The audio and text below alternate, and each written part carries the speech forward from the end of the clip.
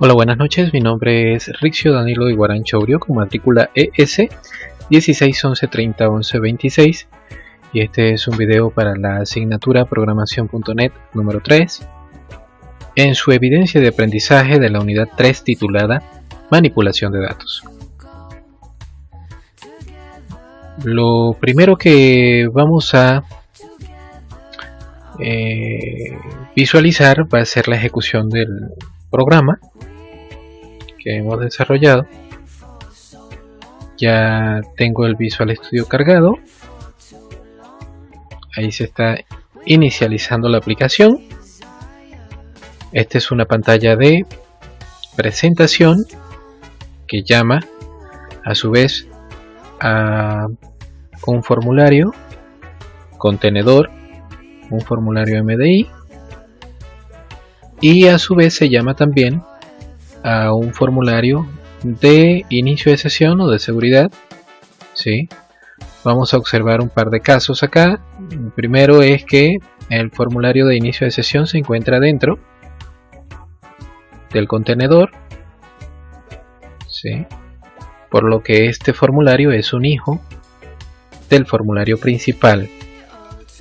El sistema de seguridad del formulario de inicio de sesión está configurado de tal forma que la contraseña que nosotros colocamos se encuentra encriptada. Yo elegí un método de encriptación bastante simple, ¿sí? Y es un método de encriptación no reversible llamado MD5. Yo lo que hago es comparar un par de cadenas, ¿sí? En un ambiente de producción se debería de incrementar este método de encriptación y deberíamos de incluso trabajar con un token, cosa que por efectos de tiempo y de la actividad pues no pude lograrlo, no pude hacerlo, ¿sí? La seguridad del sistema o del formulario también está enfocada a que si el usuario le da cancelar, de inmediato se cierra la aplicación, ¿sí? Vamos a iniciar. Ahí está nuestro formulario de presentación, una barra de progreso, ¿sí? Regresamos nuevamente al formulario de inicio de sesión. Si vamos a aceptar, debe colocar un usuario válido. Aquí estamos nosotros poniendo en práctica las técnicas de validación de controles y validación de datos que hemos investigado en el transcurso de la asignatura. Ok, colocamos el usuario es admin, su contraseña por igual parte, ¿sí? Y le damos a aceptar. Al darle a aceptar nos da acceso al sistema. Tenemos una barra de estado, una barra de herramientas, perdón, que contiene, bueno, pues las operaciones con los formularios, ¿sí? Tanto de catálogo como de movimientos. El formulario MDI también tiene una barra de menús. Observen, la barra de menús está ilustrada con iconos, ¿sí? Tiene su título, el borde. Decidí poner todos los formularios con bordes de diálogo para que no fueran modificables en tamaño, ¿sí? En la parte inferior tenemos una barra de estado. Acá tenemos nosotros lo que será una etiqueta, ¿sí? Para mostrar un estado, un mensaje de estado, una barra de progreso para mostrar posibles procesos que se ejecuten en la aplicación, la fecha y la hora actuales, ¿sí? Bueno, comencemos a explorar la aplicación. Vamos primero al catálogo de clientes. Lo primero que tenemos que observar es que tenemos un formulario sin controles, ¿sí? Este formulario no puede ser minimizado ni maximizado y solo puede ser cerrado a través del botón cerrar, ¿sí? Ahí está de nuevo. Acá nosotros tenemos algunos datos de ejemplo que yo coloqué, ¿sí? Podemos nosotros agregar, modificar o eliminar información. Vamos a hacer el primer procedimiento, probando la validación de datos, como siempre lo hemos venido haciendo. Ahí está. Si yo le digo nuevo sin haber colocado ningún tipo de campo, inmediatamente el sistema detecta que esos campos están vacíos. Lo que hace es que a cada campo le asigna como texto un signo de interrogación y el fondo de cada cuadro de diálogo lo pone en rojo para que el usuario note que falta algún tipo de dato, ¿sí? Veamos. Coloquemos un titular. Perdón.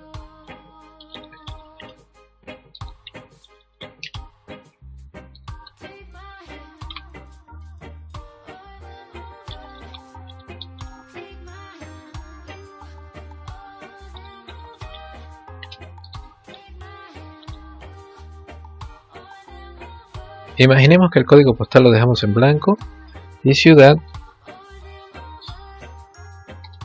colocamos Ciudad de México.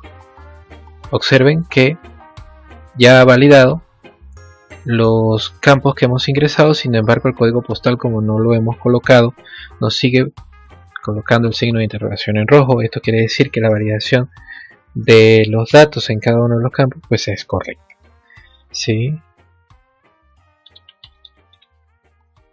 Vamos a colocar un código postal y vamos a darle nuevo, ¿sí? Se cierra el formulario, a lo que nosotros lo volvemos a abrir. Aquí está nuestro registro, ¿sí? Ahí está nuestro registro, es el registro con ID 22.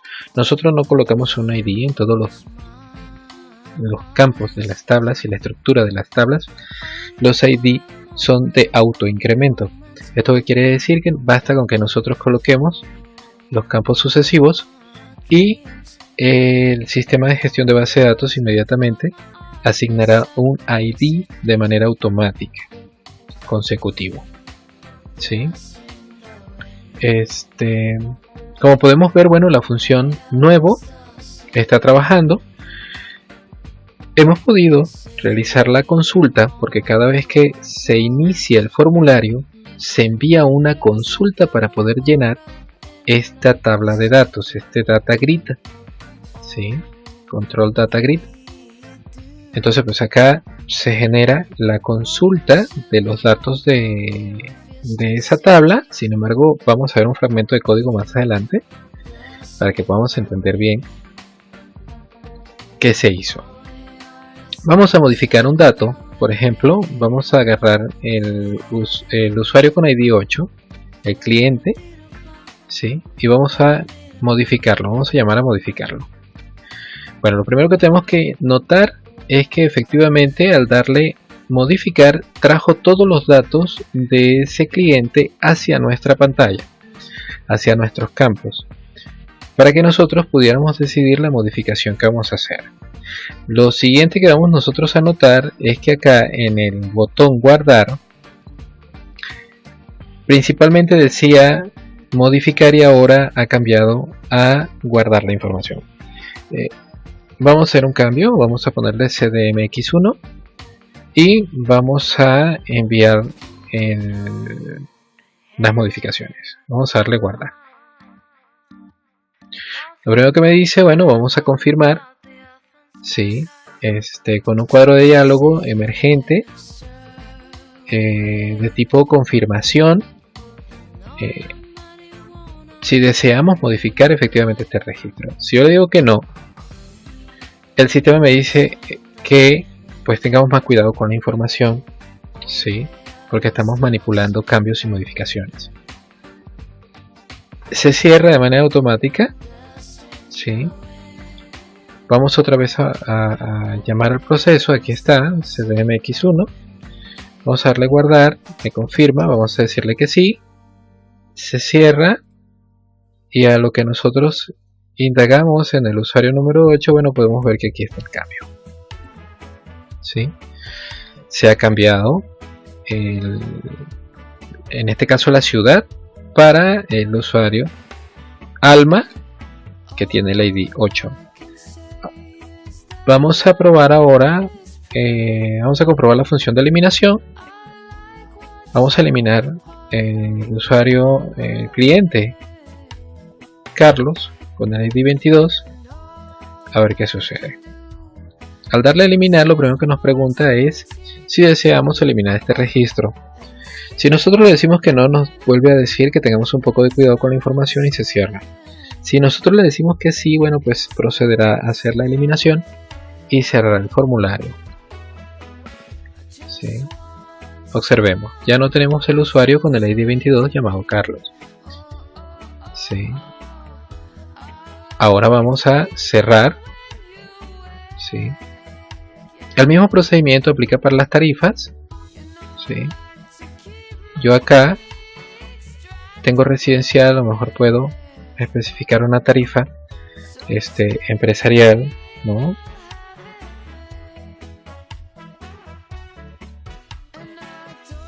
Ahí está mi tarifa, ¿no? Empresarial de 15. Y a lo mejor una especial, ¿no? De 7.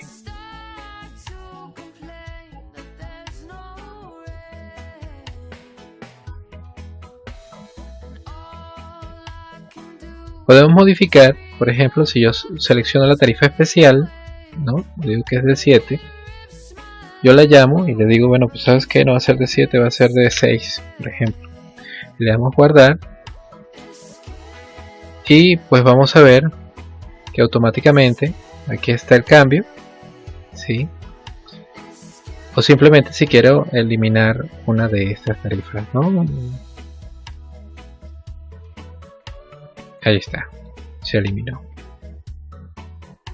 Vamos a volver a agregar la tarifa empresarial, estaba en 15. ¿Sí? Ahí están las 3 tarifas. ¿De acuerdo? Aquí está el catálogo de tarifas, el catálogo de contratos. Aquí en el catálogo de contratos, cuando se inicia el formulario, no solo se llena el data grid, ¿sí? Que contiene la información del titular y demás, sino que adicionalmente se llena el combo, ¿sí? Con cada uno de los usuarios que hay en el sistema. ¿Sí? ¿Esto para qué? Para que nosotros podamos elegir un tipo de tarifa, por ejemplo, Roberto, ¿sí? Y decirle que este cliente va a tener ese tipo de contrato y automáticamente se le debería de dar, ahí está, el contrato empresarial. Sí, hemos agregado. Igual puedo modificar, eliminar. ¿Sí? Acá hay movimientos. Pues traté de hacer la pantalla lo más simple posible por cuestiones de tiempo, como les comento, ¿sí? Pero imaginemos un contrato. Ahora vamos a consultar un contrato. Aquí yo tengo los contratos. Vamos a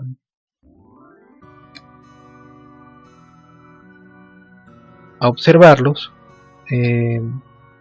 Yo tengo el contrato 6, que es de tipo empresarial, para el cliente 15. ¿Sí? Entonces yo le digo aquí, número de contrato 6.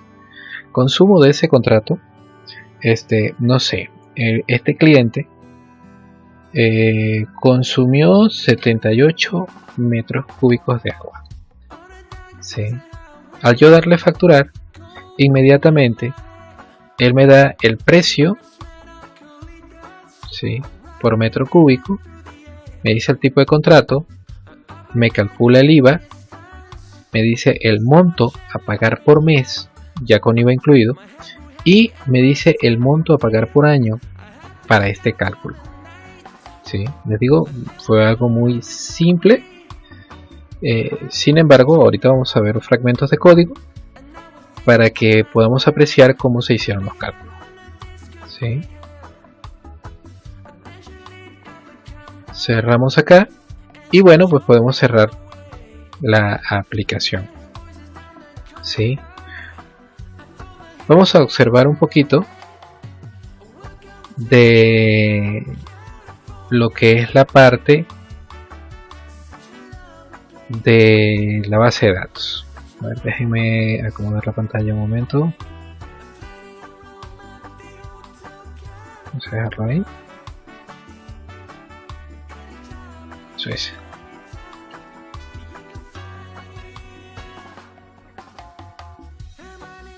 Muy bien, aquí están las tablas que componen el sistema. Tenemos una tabla cliente, tenemos una tabla consumos, una tabla contratos, una tabla tarifas y una tabla usuarios. ¿Sí? Si vemos cómo está compuesta la tabla usuario, bueno, pues tenemos un ID, un apellido paterno, un materno, un nombre de usuario, una contraseña y un correo electrónico. ¿Sí?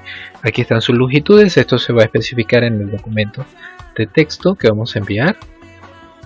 Y bueno, pues también se van a especificar cada una de las tablas. ¿Sí?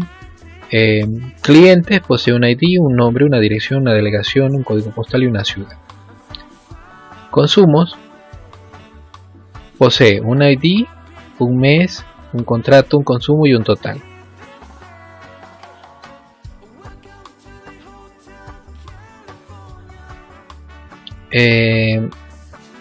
Contratos posee un ID, un tipo y un cliente.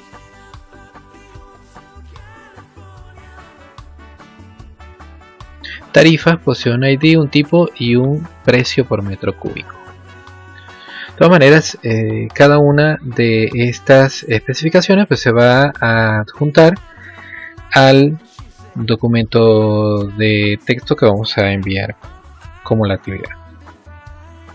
¿Sí? Pasemos un momento a los fragmentos de código. Por ejemplo, veamos el formulario de clientes. ¿Sí? Empecemos por los formularios comunes. Tenemos el formulario de presentación. Aquí tenemos el formulario de presentación. Observen de que estamos manejando son cuadros de texto. ¿Sí? Esto es una etiqueta. Aquí tenemos una barra de progreso a través de un marco, etc. Tenemos un control timer y pues es muy simple. ¿Sí? Ese control timer se pone en enable igual a true y a lo que se habilita. ¿Sí? Cada tick es de 100 milisegundos.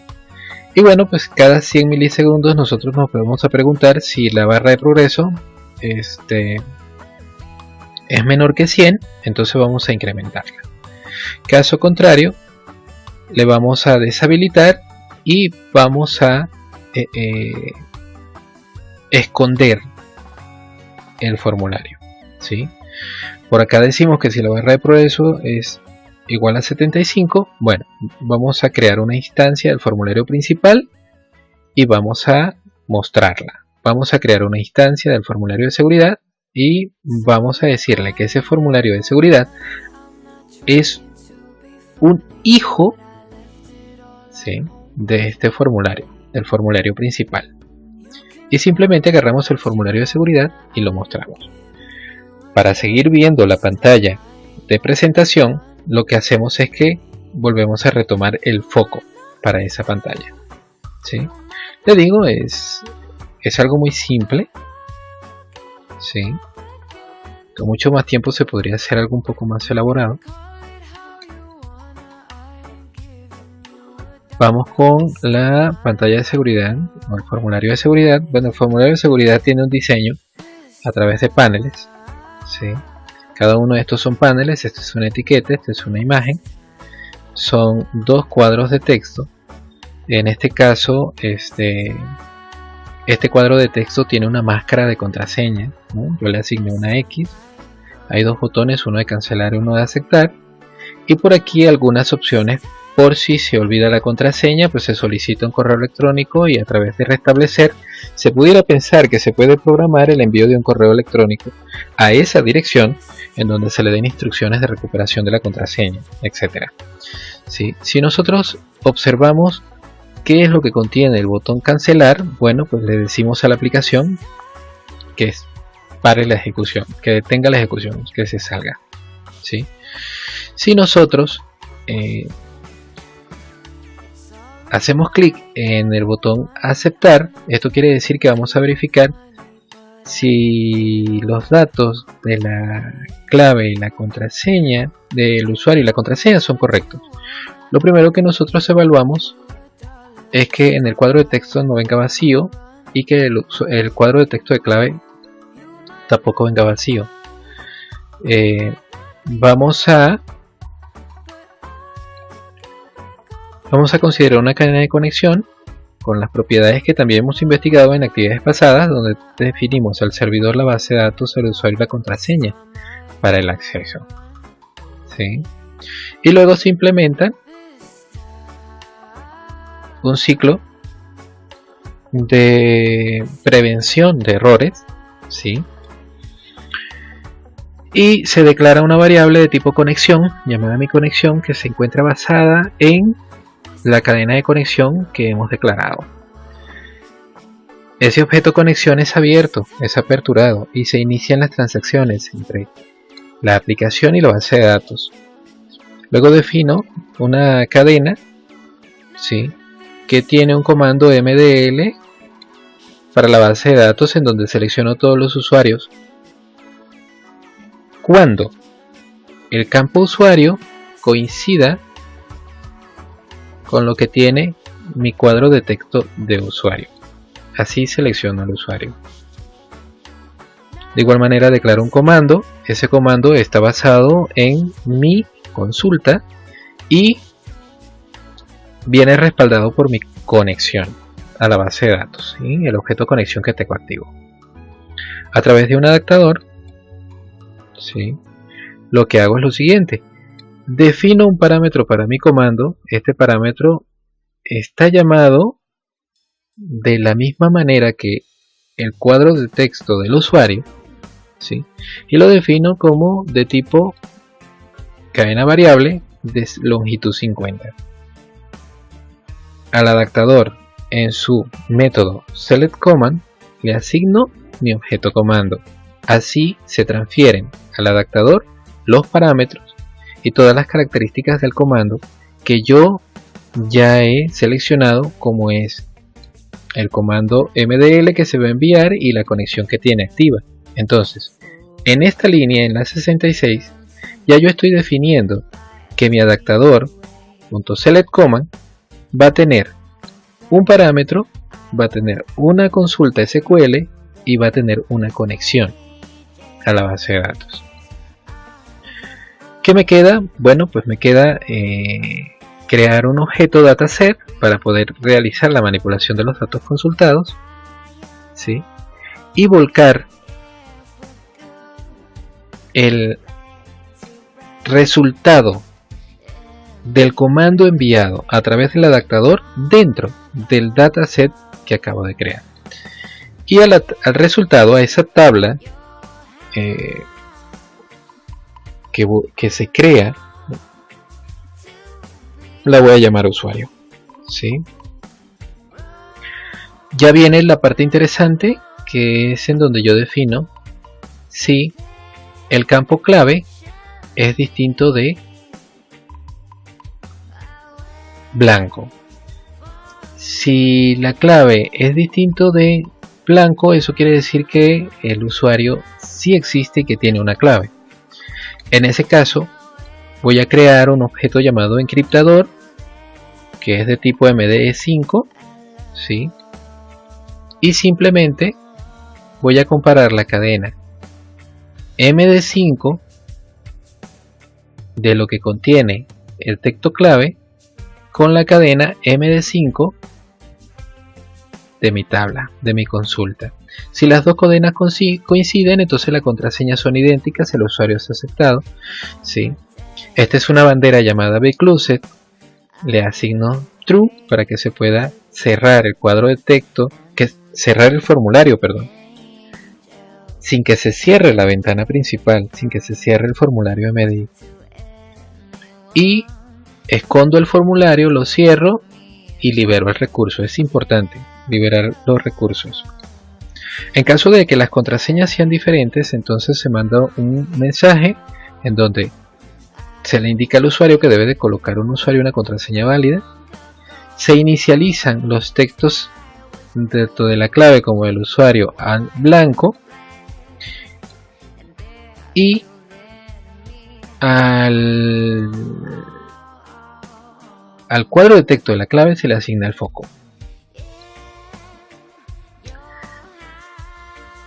En caso contrario de que el usuario no exista, entonces se manda también un mensaje de igual manera en donde se debe de usar un usuario y una contraseña válida, se limpian los cuadros de texto y asignamos la clave como el foco de atención.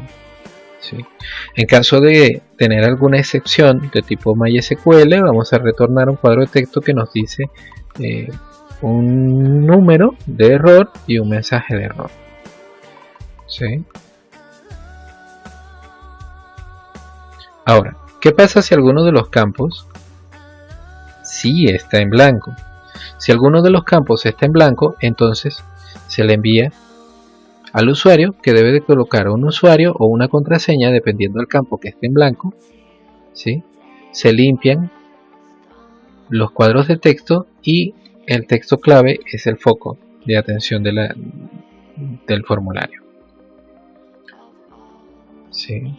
Así podemos ver que hemos realizado hasta este momento una consulta con manipulación de los objetos de manipulación de datos que hemos estado estudiando durante las actividades pasadas. ¿Sí? Este solo es el formulario de seguridad. Vamos a analizar un poquito el formulario principal.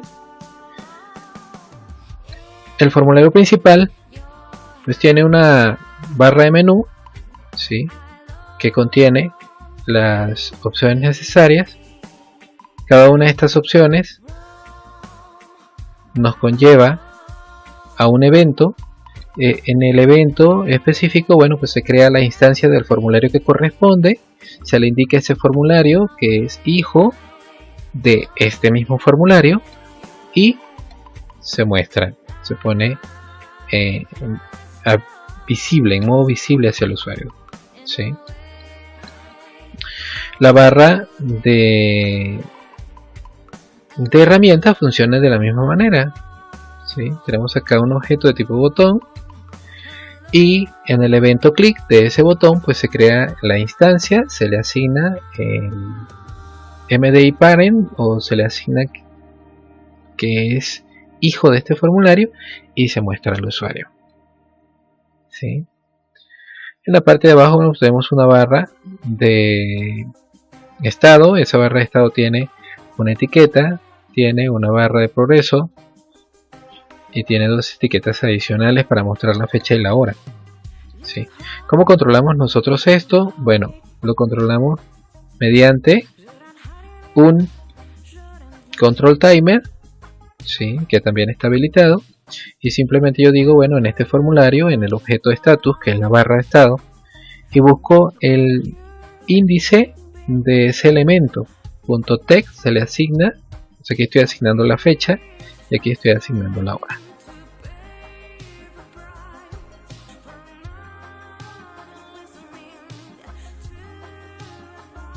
Vamos a analizar el formulario de clientes. Aquí en el formulario de clientes, lo primero que nosotros vamos a analizar es, bueno, la consulta que se hace para llenar el data grid. Observen que tenemos la cadena de conexión, tenemos los mismos objetos, ¿no? La conexión, se abre la conexión, tengo una consulta, ¿no? En este caso vamos a seleccionar todos los registros desde la tabla cliente. Se prepara el comando, se prepara el adaptador, se asigna el parámetro, ¿sí? Al adaptador se selecciona el método select command y se le asignan las propiedades del comando. Buscamos el dataset de tipo llamado mi tabla, en este caso, ¿sí? Y se llena con el adaptador. Ahora, aquí viene la magia para llenar el data grid. Yo digo que el data grid en su propiedad data source se le asigna mi dataset punto y la tabla 0. Inmediatamente el data grid se actualiza con la estructura de la tabla que forma el dataset, ¿sí? Y bueno, pues en caso de conseguirnos alguna excepción, algún error, se manda el número y se manda el mensaje, ¿sí? Vamos a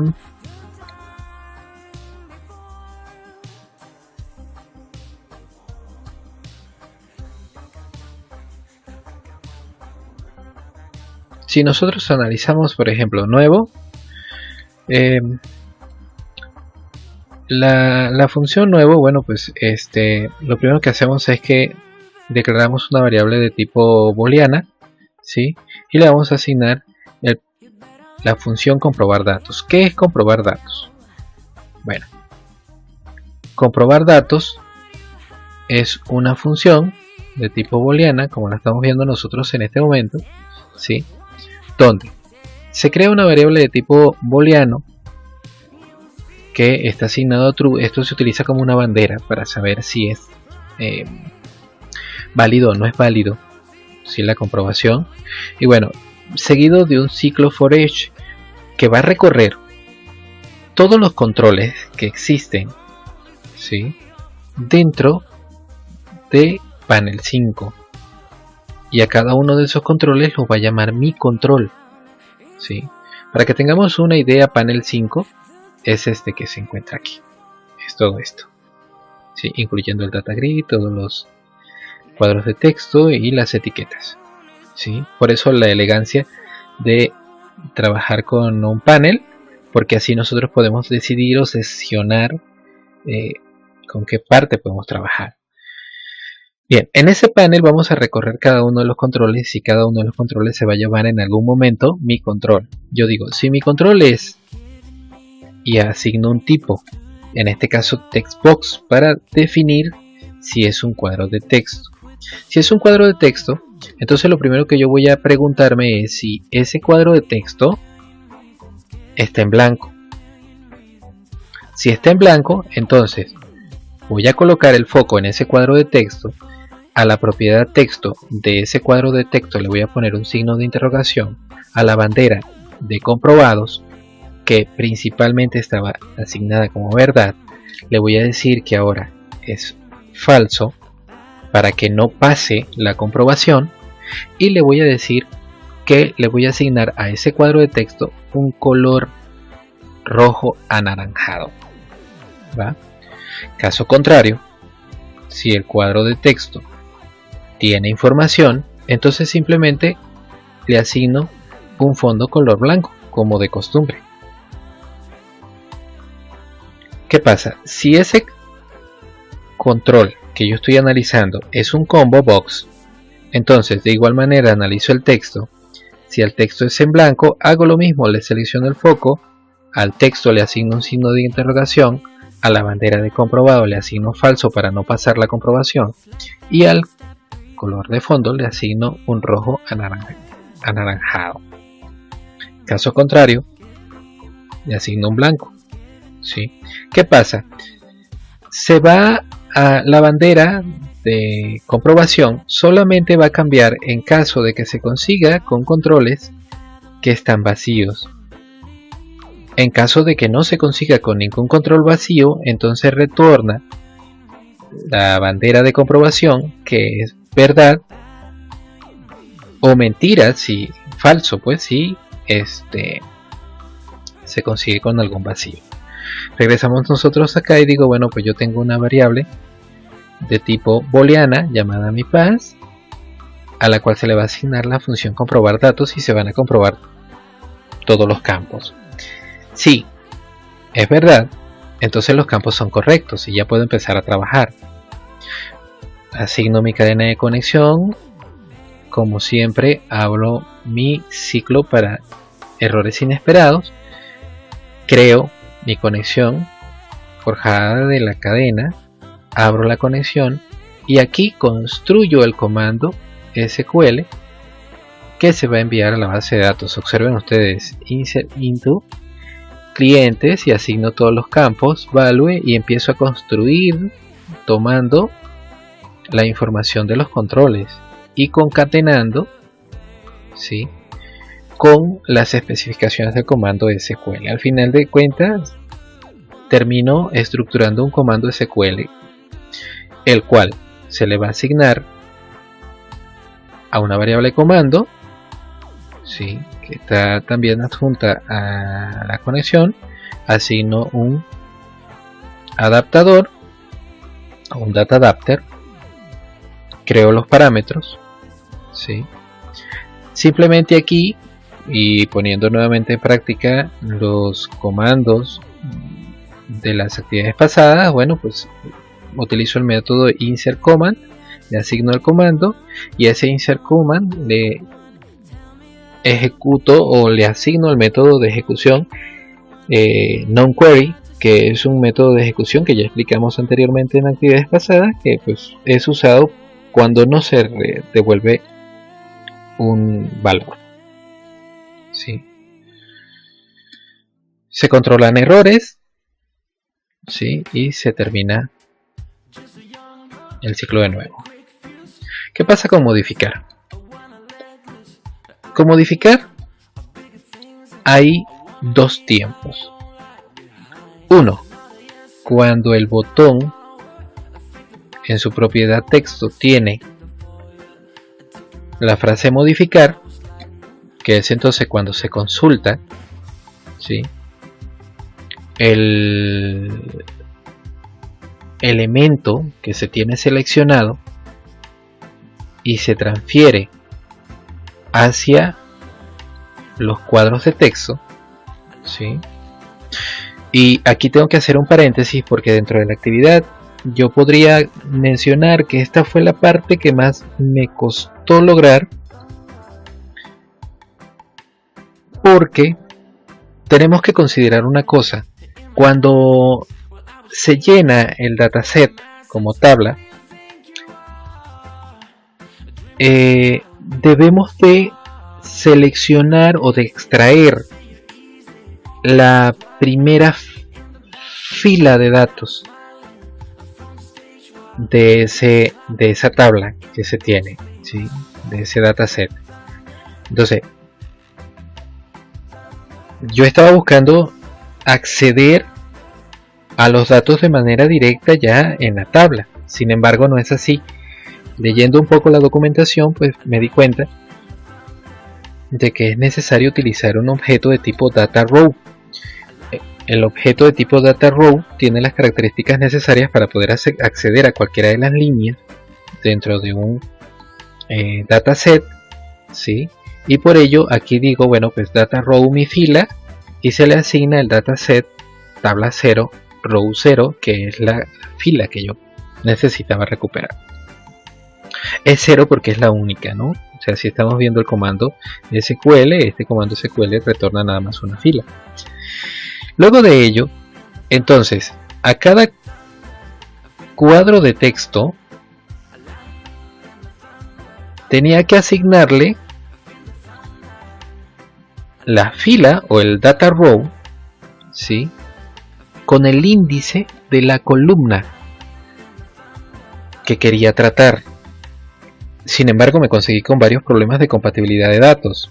Por ello, terminé implementando las funciones de conversión de datos, ¿sí?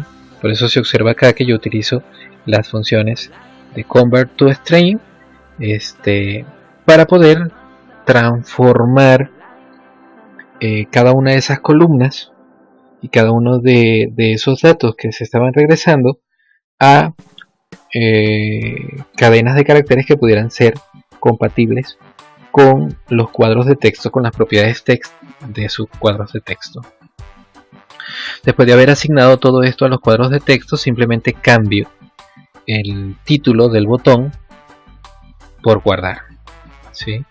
Ahora, si el usuario vuelve a hacer clic y el botón tiene el título guardar, entonces ahora vamos a desencadenar las funciones de actualización de datos.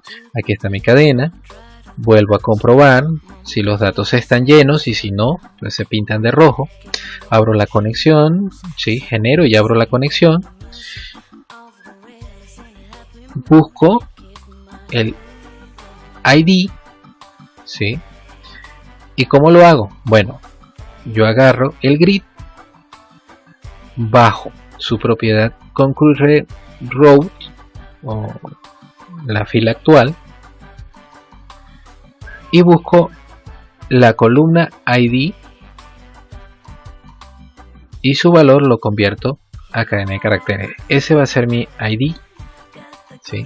Luego lo que hago es desencadenar un comando de actualización, ¿no? Pues update client set y empiezo con los campos, ¿no? Nombre es lo que se encuentra en el cuadro de texto nombre, dirección es lo que se encuentra en el cuadro de texto dirección, así sucesivamente. Todo esto cuando el ID sea igual al ID que acabo de determinar, ¿sí?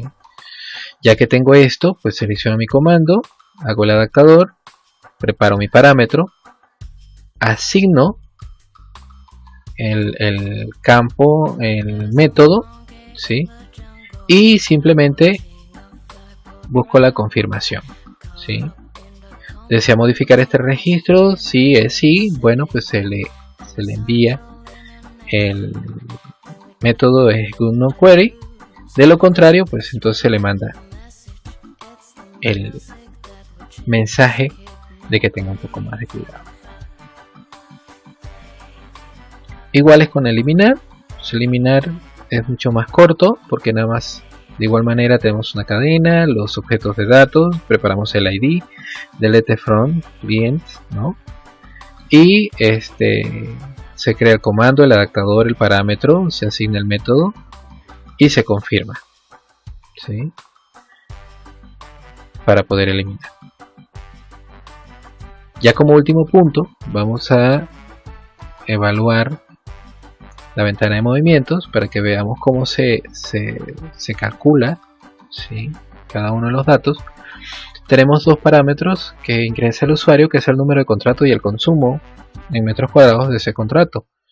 Cuando le damos facturar, simplemente se comprueban de que los campos estén correctamente llenos. Declaramos un conjunto de variables con las que vamos a hacer cálculos, como son precios metro cuadrado, el consumo, el tipo de contrato, IVA, pago por mes, pago por año. Hago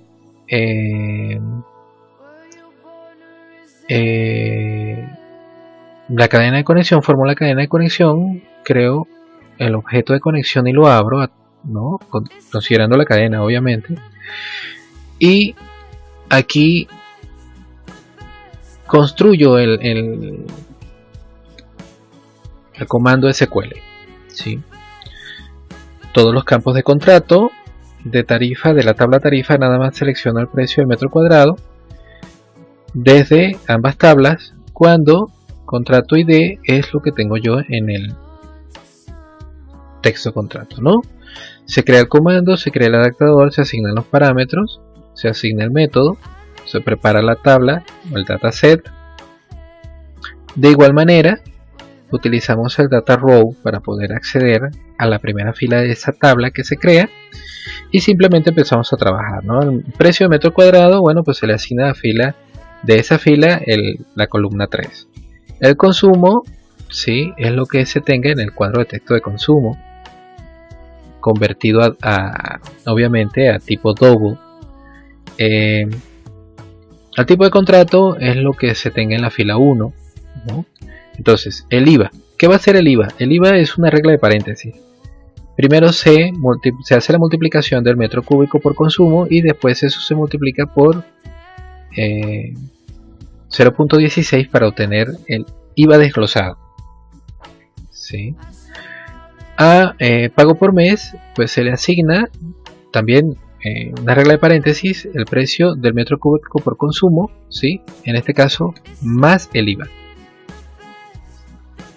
Y simplemente pago por año es el pago por mes multiplicado por los 12 meses que podía tener un año. Se asignan cada uno de los cuadros de los cuadros de texto, no de las etiquetas, ¿sí?, y se controlan los errores.